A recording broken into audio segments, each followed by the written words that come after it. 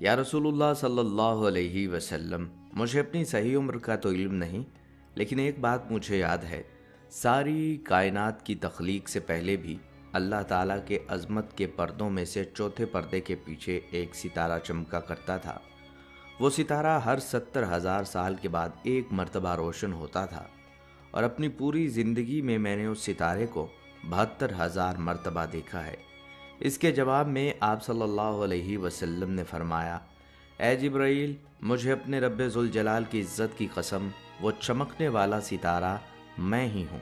بلکہ ایک روایت میں آتا ہے کہ آپ صلی اللہ علیہ وسلم نے ایک مرتبہ حضرت جبرائیل علیہ السلام سے خواہش ظاہر کی کہ وہ اپنی اصل صورت میں ظاہر ہوں۔ حضرت جبرائیل علیہ السلام نے عرض کیا، پیارے آقا صلی اللہ علیہ وسلم، آپ تاب نہ لا سکیں گے، مگر حضور صلی اللہ علیہ وسلم نے فرمایا، مجھے اس کی تمنا ہے۔ لہٰذا حضرت جبرائیل علیہ السلام اپنی اصل صورت میں وحی لے کر آپ صلی اللہ علیہ وسلم کے سامنے حاضر ہوئے۔ ان کے نور اور جلال کو دیکھتے ہی آپ پر بے ہوشی طاری ہو گئی۔ حضرت جبرائیل علیہ السلام نے اپنے وجود سے سہارا دیا اور ایک ہاتھ آپ کے سینے پر رکھا اور دوسرا دونوں شانوں کے درمیان، یہاں تک کہ آپ کو افاقہ ہوا۔ پھر جبرائیل علیہ السلام نے عرض کیا، یا رسول اللہ صلی اللہ علیہ وسلم، اگر آپ حضرت اسرافیل علیہ السلام کو دیکھ لیتے تو آپ کا کیا حال ہوتا؟ انہیں تو اللہ نے 12,000 بازو عطا فرمائے ہیں، ان کا ایک بازو مشرق میں اور دوسرا مغرب میں ہے، اور وہ عرش الہی کو اپنے شانوں پر اٹھائے ہوئے ہیں۔ آپ صلی اللہ علیہ وسلم نے حضرت جبرائیل علیہ السلام کے بارے میں فرمایا کہ میں نے انہیں سدرۃ المنتہا کے مقام پر دیکھا، جہاں ان کے 600 بازو تھے۔ حضرت جبرائیل علیہ السلام کے بعد جن فرشتوں کا ذکر سب سے نمایاں ملتا ہے وہ حضرت میکائیل علیہ السلام ہیں۔ یہ وہ عظیم فرشتہ ہیں جنہیں اللہ رب العزت نے بارش، ہوا، رزق اور زمین کی نشو و نما کے نظام پر مقرر فرمایا۔ جیسے حضرت جبرائیل علیہ السلام کو وحی اور اللہ کے پیغام پہنچانے کی ذمہ داری دی گئی، اسی طرح حضرت میکائیل علیہ السلام کو کائنات کی زندگی بخش قوتوں یعنی بارش اور روزی کی تقسیم کا نگران بنایا گیا۔ قرآن و حدیث سے یہ حقیقت بالکل واضح ہے کہ یہ کائنات محض خود کار نظام پر نہیں چل رہی، بلکہ اللہ تعالیٰ نے ہر نظام کو چلانے کے لیے فرشتے مقرر فرمائے ہیں۔ بارش کے ہر قطرے، ہوا کے ہر جھونکے، پہاڑوں پر برف کے جمنے اور درختوں میں ہریالی کے آنے تک سب کچھ اللہ کے حکم سے ہے، اور اس حکم کو پورا کرنے والا فرشتہ حضرت میکائیل علیہ السلام ہے۔ یہی وجہ ہے کہ مفسرین لکھتے ہیں، اگر میکائیل علیہ السلام کو بارش کے نظام سے ہٹا دیا جائے تو دنیا کی زندگی ایک لمحے میں ختم ہو جائے۔ آپ صلی اللہ علیہ وسلم کے معمولات سے بھی ہمیں حضرت میکائیل علیہ السلام کی عظمت کا اندازہ ہوتا ہے۔ آپ صلی اللہ علیہ وسلم جب دعا کرتے تو اکثر کہتے، اے اللہ، جبرائیل، میکائیل اور اسرافیل کے رب، جو آسمانوں اور زمین کو پیدا کرنے والا ہے۔ یہ دعا خود اس بات کی دلیل ہے کہ اللہ کے یہ 3 عظیم فرشتے کائنات کے نظام میں سب سے بڑے کردار رکھتے ہیں۔ حضرت میکائیل علیہ السلام کے بارے میں ایک روایت میں آتا ہے کہ وہ کبھی نہیں ہنستے۔ اس کی وجہ یہ بیان کی گئی ہے کہ جب سے انہوں نے جہنم کو دیکھا ہے اور اہل جہنم کے عذاب کو جانا ہے، اس کے بعد ان پر مسکراہٹ بھی نہیں آئی۔ سوچئے، ایک فرشتہ جس کا تعلق زمین پر زندگی دینے سے ہے، جس کے ذریعے بارش اور روزی تقسیم ہوتی ہے، وہ خود اللہ کے خوف اور آخرت کے عذاب کو دیکھ کر ہمیشہ گریہ و زاری کی حالت میں رہتا ہے۔ یہ ہمارے لیے بھی سبق ہے کہ دنیا کی رنگینیاں ہمیں غافل نہ کر دیں۔ ایک دلچسپ حقیقت یہ بھی ہے کہ حضرت میکائیل علیہ السلام کو بعض احادیث میں فرشتہ رحمت کہا گیا ہے، کیونکہ بارش صرف پانی نہیں لاتی بلکہ زندگی کا پیغام لے کر آتی ہے۔ ہر پودا، ہر بیج، ہر کھیت بارش کے ذریعے زندہ ہوتا ہے۔ آپ غور کریں، اگر بارش نہ ہو تو کھیت نہ لہلہائیں، نہ درخت پھل دیں اور نہ انسان و جانور زندہ رہ سکیں۔ گویا حضرت میکائیل علیہ السلام کے ذریعے اللہ تعالیٰ نے پوری انسانیت کو زندگی کی سانس دی ہے۔ ایک اور روایت میں آتا ہے کہ حضرت میکائیل علیہ السلام کو اللہ تعالیٰ نے ایسا نور عطا کیا جس کی روشنی سے مشرق و مغرب کے کنارے روشن ہو جاتے ہیں۔ مفسرین فرماتے ہیں کہ یہ ان کے مقام و مرتبے کی علامت ہے۔ حضرت میکائیل علیہ السلام کی عبادت اور اللہ کے ذکر میں ہمہ وقت مشغولیت کا یہ عالم ہے کہ جب سے پیدا ہوئے ہیں تب سے لے کر آج تک پلک جھپکنے کے برابر بھی غفلت نہیں کی۔ اہل علم لکھتے ہیں کہ حضرت میکائیل علیہ السلام کا تعلق رحمت اور نرمی سے ہے، جبکہ جبرائیل علیہ السلام کا تعلق جلال اور قوت سے ہے، یعنی ایک پیغام لانے والا اور دوسرا زندگی دینے والے نظام کے نگران۔ یہی وجہ ہے کہ کئی مرتبہ قرآن مجید میں اللہ تعالیٰ نے بارش کو اپنی رحمت قرار دیا اور یہ رحمت حضرت میکائیل علیہ السلام کے ذریعے تقسیم ہوتی ہے۔ ایک مشہور روایت میں یہ بھی ذکر ہے کہ جب اللہ تعالیٰ نے حضرت آدم علیہ السلام کو پیدا کیا تو فرشتوں سے کہا کہ انہیں سجدہ کریں۔ اس وقت سب فرشتوں نے اللہ کے حکم کے آگے سر جھکا دیا، مگر ابلیس نے انکار کر دیا۔ انہی سجدہ کرنے والوں میں حضرت میکائیل علیہ السلام بھی شامل تھے، اور انہوں نے سب سے پہلے اللہ کے حکم کو بجا لاتے ہوئے عاجزی کے ساتھ حضرت آدم علیہ السلام کے سامنے سجدہ کیا۔ اسی طرح ایک اور واقعہ میں آتا ہے کہ غزوہ بدر کے دن اللہ تعالیٰ نے فرشتوں کے لشکر کو مسلمانوں کی مدد کے لیے بھیجا۔ مفسرین کے مطابق اس لشکر کے بڑے کمانڈروں میں حضرت جبرائیل علیہ السلام اور میکائیل علیہ السلام دونوں شامل تھے۔ حضرت جبرائیل علیہ السلام کا لشکر دائیں جانب اور حضرت میکائیل علیہ السلام کا لشکر بائیں جانب لڑ رہا تھا۔ یہ منظر اس بات کا ثبوت ہے کہ اللہ تعالیٰ نے اپنے نبی صلی اللہ علیہ وسلم اور صحابہ کرام کی مدد کے لیے اپنے سب سے بڑے فرشتوں کو بھیجا۔ اہل تاریخ بیان کرتے ہیں کہ حضرت میکائیل علیہ السلام کا مقام عرش کے نہایت قریب ہے۔ ان کی دعائیں اللہ کے ہاں فوری قبول ہوتی ہیں۔ یہی وجہ ہے کہ آپ صلی اللہ علیہ وسلم نے ایک مرتبہ فرمایا، جو بندہ میکائیل کو اپنا دوست بنائے اللہ بھی اسے اپنی دوستی عطا فرماتا ہے۔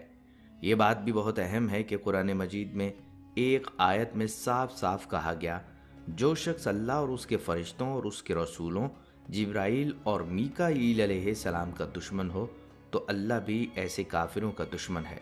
بہوالا سورۃ البقرہ آیت 98۔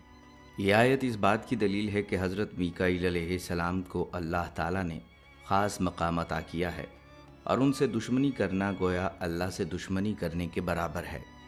محترم ناظرین، سوچنے کی بات یہ ہے کہ یہ کائنات کا ہر لمحے کی ہوا، بارش، پانی اور بارش حضرت میکائیل علیہ السلام کے ذریعے تقسیم ہو رہی ہے، مگر ہم انسان اکثر اس حقیقت سے غافل رہتے ہیں۔ ہم بارش دیکھتے ہیں تو موسم کا لطف اٹھاتے ہیں، لیکن اس کے پیچھے جو فرشتہ اللہ کے حکم پر کام کر رہا ہے اسے بھول جاتے ہیں۔ لہٰذا یہ ہمارا ایمان ہونا چاہیے کہ کائنات کا کوئی کام اتفاق سے نہیں ہوتا، سب کچھ اللہ کے حکم اور اس کے فرشتوں کے ذریعے ہو رہا ہے، اور حضرت میکائیل علیہ السلام ان عظیم ہستیوں میں سے ہیں جن پر زندگی کا انحصار ہے۔ ناظرین، اسلامی عقیدہ کے مطابق 4 بڑے فرشتوں میں سے تیسرے نمبر پر حضرت اسرافیل علیہ السلام کا شمار ہوتا ہے۔ یہ وہ جلیل القدر فرشتہ ہیں جنہیں اللہ تعالیٰ نے قیامت کی گھڑی کا اعلان کرنے کے لیے مقرر فرمایا ہے۔ قرآن مجید میں سور کے پھونکے جانے کا بار بار ذکر ملتا ہے، اور یہ کام حضرت اسرافیل علیہ السلام کے سپرد کیا گیا۔ اللہ تعالیٰ قرآن مجید میں فرماتے ہیں، اور سور پھونکا جائے گا تو جو کوئی آسمانوں میں ہے اور جو کوئی زمین میں ہے سب مر جائیں گے، مگر جسے اللہ چاہے۔ پھر دوبارہ سور پھونکا جائے گا تو وہ سب اٹھ کھڑے ہوں گے اور دیکھنے لگیں گے۔ یہ آیت ہمیں بتاتی ہے کہ سور کی پہلی آواز موت کا اعلان ہوگی اور دوسری آواز زندگی کا، اور یہ دونوں عظیم واقعات حضرت اسرافیل علیہ السلام کے ہاتھوں انجام پائیں گے۔ حضرت اسرافیل علیہ السلام کی سب سے بڑی ذمہ داری یہی ہے کہ وہ اللہ کے حکم کا انتظار کرتے رہیں کہ کب سور پھونکنا ہے۔ صحیح مسلم کی روایت میں آتا ہے کہ آپ صلی اللہ علیہ وسلم نے فرمایا، اسرافیل نے سور کو اپنے منہ کے قریب رکھا ہوا ہے اور اپنے کان کو جھکائے ہوئے ہیں کہ کب حکم آتا ہے کہ وہ پھونک دیں۔ اس سے ظاہر ہوتا ہے کہ حضرت اسرافیل علیہ السلام کی پوری توجہ اسی ایک حکم کی طرف لگی ہوئی ہے، وہ ایک لمحے کے لیے بھی اس فریضے سے غافل نہیں ہوتے۔ احادیث اور آثار میں آتا ہے کہ حضرت اسرافیل علیہ السلام کو اللہ تعالیٰ نے بے پناہ عظمت کے ساتھ پیدا فرمایا، جیسا کہ ایک روایت میں ذکر ہے کہ ان کے بازوؤں کی تعداد 12,000 ہے، اور ان کے جسم کی وسعت ایسی ہے کہ ایک بازو مشرق میں اور دوسرا مغرب میں ہے، اور ایک روایت کے مطابق ان کے سر کے پاس اللہ کا عرش ہے، اور ان کا مقام اتنا بلند ہے کہ وہ مسلسل اللہ کی تسبیح اور حمد بیان کرتے ہیں۔ جب حضرت اسرافیل علیہ السلام پہلی مرتبہ سور پھونکیں گے تو کائنات کے نظام درہم برہم ہو جائیں گے، پہاڑ ریزہ ریزہ ہو جائیں گے، سمندر پھٹ پڑیں گے، زمین زلزلوں سے لرزے گی اور سب جاندار اپنی جان سے ہاتھ دھو بیٹھیں گے۔ اس کے بعد ایک طویل وقفہ ہوگا جسے فطرت کہا جاتا ہے، اور پھر اللہ کے حکم سے حضرت اسرافیل علیہ السلام دوبارہ سور پھونکیں گے۔ اس دوسری پھونک کے ساتھ ہی تمام انسان، جن و انس اور مخلوقات دوبارہ زندہ ہو جائیں گی، میدان حشر کی طرف دوڑیں گے اور حساب کتاب کے لیے کھڑے کر دیے جائیں گے۔ حضرت اسرافیل علیہ السلام کی شخصیت ایک راز اور ہیبت سے بھرپور ہے۔ مفسرین لکھتے ہیں کہ ان کے وجود سے ہی یہ احساس ہوتا ہے کہ اللہ تعالیٰ نے قیامت کے دن کو کس قدر عظیم اور ہولناک بنایا ہے۔ ان کا ذکر جب بھی آتا ہے تو دل لرز جاتا ہے کہ یہ فرشتہ کس دن کے لیے تیار کھڑا ہے۔ ان کے ہاتھ میں موجود سور قیامت کی سب سے بڑی نشانی ہے، اور اس کی آواز کے ساتھ ہی دنیا کا نظام ختم ہو جائے گا جس پر انسان اتنا ناز کرتا ہے۔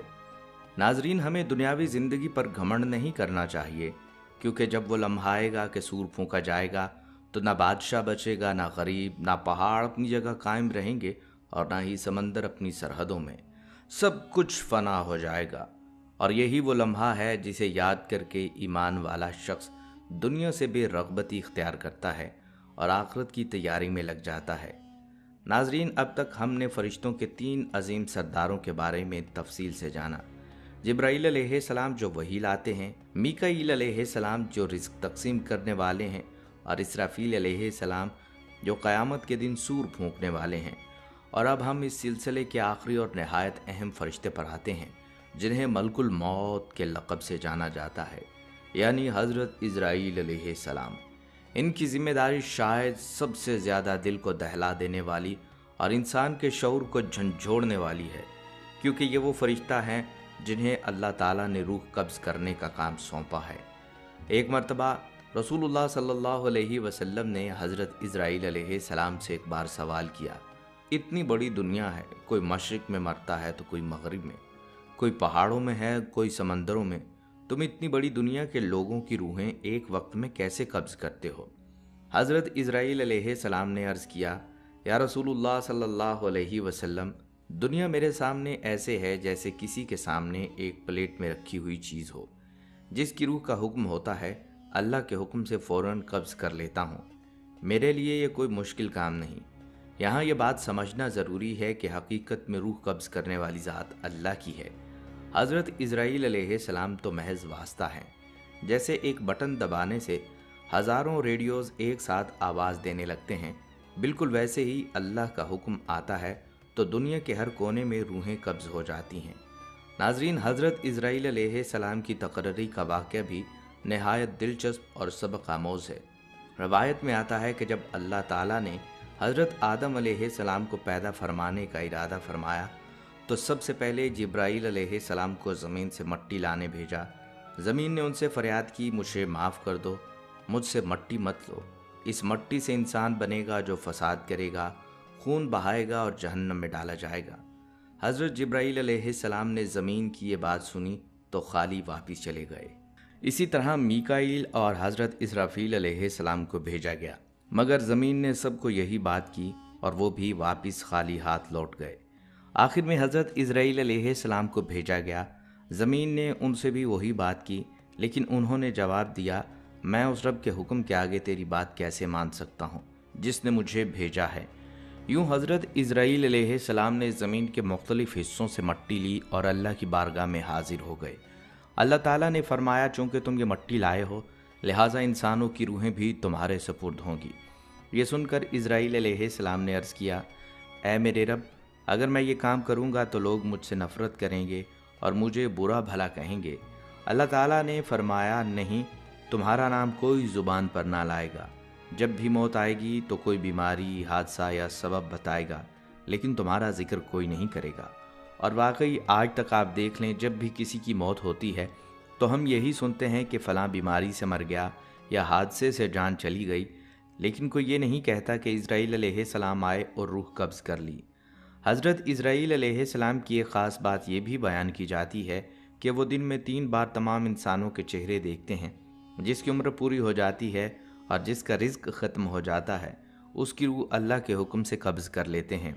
اور جب لوگ میت کے اوپر روتے ہیں تو اسرائیل علیہ السلام کھڑے ہو کر کہتے ہیں، میں نے تمہارا رزق نہیں کھایا، میں نے تمہارے کسی حق کو نہیں چھینا، میں تو محض اللہ کے حکم پر روح قبض کرنے آیا ہوں، میرا قصور مت ڈھونڈو۔ حضرت حسن بصری رحمۃ اللہ علیہ فرماتے ہیں، اگر لوگ حضرت اسرائیل علیہ السلام کو اپنی آنکھوں سے دیکھ لیں اور ان کی باتیں سن لیں تو میت کو بھول کر اپنے آپ پر رونے لگ جائیں۔ ناظرین، حضرت اسرائیل علیہ السلام کے مختلف روپ بھی احادیث میں بیان ہوئے ہیں۔ حضرت ابراہیم علیہ السلام کے ساتھ ایک مشہور واقعہ ہے۔ ایک دن آپ کے گھر ایک خوبصورت نوجوان داخل ہوا۔ آپ علیہ السلام نے پوچھا، تم کون ہو؟ اس نے کہا، میں ملک الموت ہوں۔ حضرت ابراہیم علیہ السلام نے فرمایا، مجھے بتایا گیا ہے کہ تمہاری کچھ نشانیاں ہیں، مگر تم اس وقت بہت خوش شکل اور حسین نظر آ رہے ہو۔ اس پر حضرت اسرائیل علیہ السلام نے اپنی اصل شکل دکھائی تو حضرت ابراہیم علیہ السلام پر غشی طاری ہو گئی، کیونکہ ان کا جسم آنکھوں اور نوک دار تیروں سے بھرا ہوا تھا اور آگ کے شعلے نکل رہے تھے۔ پھر جب آپ نے رخ موڑا تو اسرائیل علیہ السلام دوبارہ اپنی حسین شکل میں آ گئے۔ حضرت ابراہیم علیہ السلام نے کہا، اگر کافر محض تمہاری شکل دیکھ لیں تو یہی عذاب ان کے لیے کافی ہے، اور اگر مومن تمہاری یہ خوشنما صورت دیکھ لیں تو یہی ان کے لیے نعمت ہے۔ یہی وجہ ہے کہ حضرت اسرائیل علیہ السلام مومن کی روح کو نہایت نرمی اور سکون کے ساتھ قبض کرتے ہیں، جبکہ کافر کی روح نکالنے کا منظر نہایت سخت اور لرزہ خیز ہوتا ہے۔ قرآن میں بھی بیان ہے کہ کافر کی روح ایسے کھینچی جاتی ہے جیسے گیلے اون سے سیخ کھینچی جاتی ہے۔ ناظرین، حضرت اسرائیل علیہ السلام کی شخصیت ہمیں ایک نہایت بڑی حقیقت کی یاد دلاتی ہے کہ موت اٹل ہے۔ کوئی انسان خواہ بادشاہ ہو یا فقیر، عالم ہو یا جاہل، بچہ ہو یا بوڑھا، موت سے بچ نہیں سکتا۔ حضرت اسرائیل علیہ السلام کا ذکر اس لیے بھی ضروری ہے تاکہ ہمیں یہ احساس رہے کہ یہ زندگی عارضی ہے اور اصل زندگی موت کے بعد شروع ہوتی ہے، اور جو شخص اپنی زندگی اللہ اور اس کے رسول صلی اللہ علیہ وسلم کی اطاعت میں گزارتا ہے، حضرت اسرائیل علیہ السلام اس کی روح کو نہایت نرمی اور رحمت کے ساتھ قبض کرتے ہیں۔ ناظرین، جیسا کہ ویڈیو کے شروع میں ہم نے سوال اٹھایا تھا، جیسا کہ ویڈیو کے شروع میں ہم نے یہ سوال رکھا تھا کہ قیامت کے دن فرشتوں کے ساتھ کیا معاملہ ہوگا، تو لہٰذا ویڈیو کے آخر میں یہ بھی جان لیجئے کہ قیامت کے دن صرف انسان ہی نہیں بلکہ فرشتے بھی باقی نہیں رہیں گے۔ قرآن و حدیث میں واضح طور پر آتا ہے کہ قیامت کے دن اللہ تعالیٰ سب سے پہلے تمام مخلوقات کو موت دے گا، یہاں تک کہ وہ عظیم فرشتے بھی جو کائنات کے بڑے بڑے نظام سنبھالتے ہیں۔ بلکہ حدیث میں آتا ہے کہ قیامت کے دن موت کو ایک دمبے کی شکل میں لایا جائے گا، پھر اللہ تعالیٰ حکم دے گا کہ اس پر چھری پھیر دی جائے۔ اس کے بعد اعلان فرمائے گا، اے دنیا والو، آج ہم نے موت کو بھی موت دے دی۔ ذرا سوچئے، جب موت خود ہی مر جائے گی تو پھر فرشتے کیا چیز ہیں؟ اس دن ہر چیز فنا ہو جائے گی، نہ کوئی بادشاہ باقی رہے گا، نہ نبی، نہ فرشتہ، صرف اور صرف اللہ رب العالمین کی ذات باقی رہے گی۔ تو ناظرین، یہ حقیقت ہمیں سبق دیتی ہے کہ اصل طاقت، اصل بادشاہت اور اصل بقا صرف اللہ کے پاس ہے۔ اسی لیے ہمیں چاہیے کہ ہم اسی رب کی طرف جھکیں، اس سے مغفرت مانگیں اور ہمیشہ اس کے حکموں پر چلنے کی کوشش کریں۔ دعا کیجئے اللہ تعالی ہمیں ایمان پر زندگی دے، ایمان پر موت دے، اور قیامت کے دن اپنے محبوب صلی اللہ علیہ وسلم کی شفاعت نصیب فرمائے۔ آمین یا رب العالمین۔